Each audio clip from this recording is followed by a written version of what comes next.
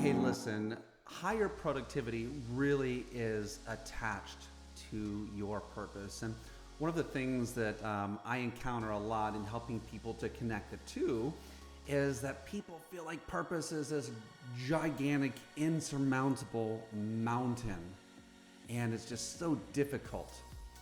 And a lot of times I'll sit down with people and say, man, like, why are you here? What do you want? And they will start listing out all of these external things. So the house, the marriage, the family, the cars, the pay raise, all of these different things that are very external. And was with someone a couple of days ago and actually drew out her map on the whiteboard that's in front of me. And I'm going to share a little bit of the wisdom of what she did that's different. And so rather than going for the external things, as I'm asking, totally unprompted, I said, what do you want? And this woman said, I want simplicity. I want adventure. These are what I would call your home feelings. She, without being prompted to go towards these emotional home bases, she went there. So she said, simplicity. I want adventure. I want freedom. I want love. And I want confidence. Those were, it's almost like a homing pigeon that gets called back to its place. It knows where it belongs. These emotional centers that we have, it's like our homing beacon.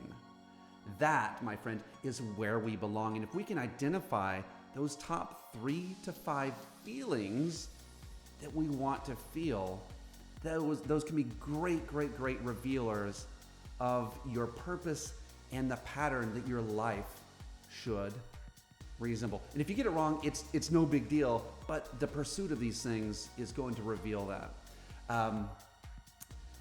Even if you want the home, the car, the family, the whatever, if I were to ask you, why do you want that?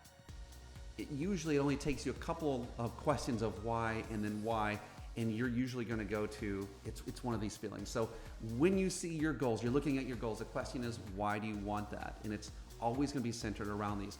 And the cool thing about these emotional homes, right, this home base, is that you can live that now. Like, you don't have to wait until you have the big house or the job or the pay raise or the marriage or the family. You don't have to wait.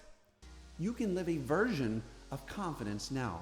You can live a version of love right now. And so I'm going to give you an assignment so that you can start living a life of purpose today where you're at.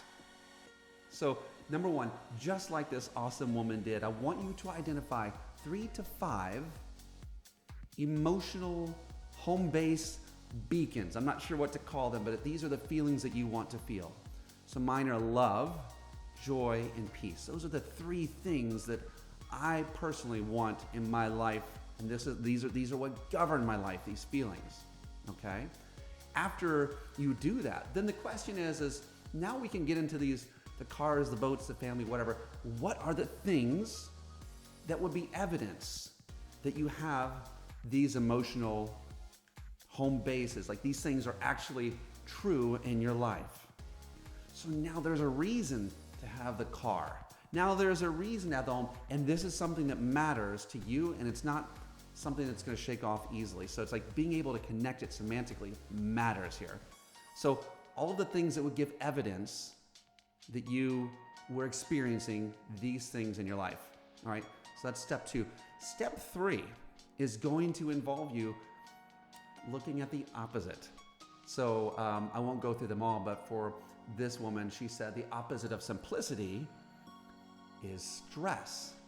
And so when we looked at simplicity, the opposite is stress. If we're not careful, that negative part can actually have a control and just a stronghold in our brain and control the way we do everything. So once you identify the opposite of those things in your life, I want you to go to now step 4, which is I want you to expose the triggers. So what makes you feel stress? Because stress really is not a true condition. It's not a thing. It's just an interpretation of facts.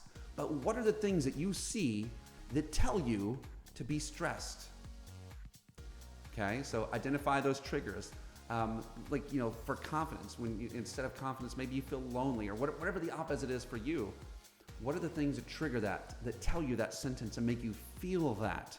We have to look at those triggers, and we are either going to create a new program of thought, or we're just going to avoid the landmines altogether. So those are 4 steps for you to start living purpose today, and we're going to live it from that emotional home base. So go out there and do that today, and let me know how that works for you. Go live on purpose.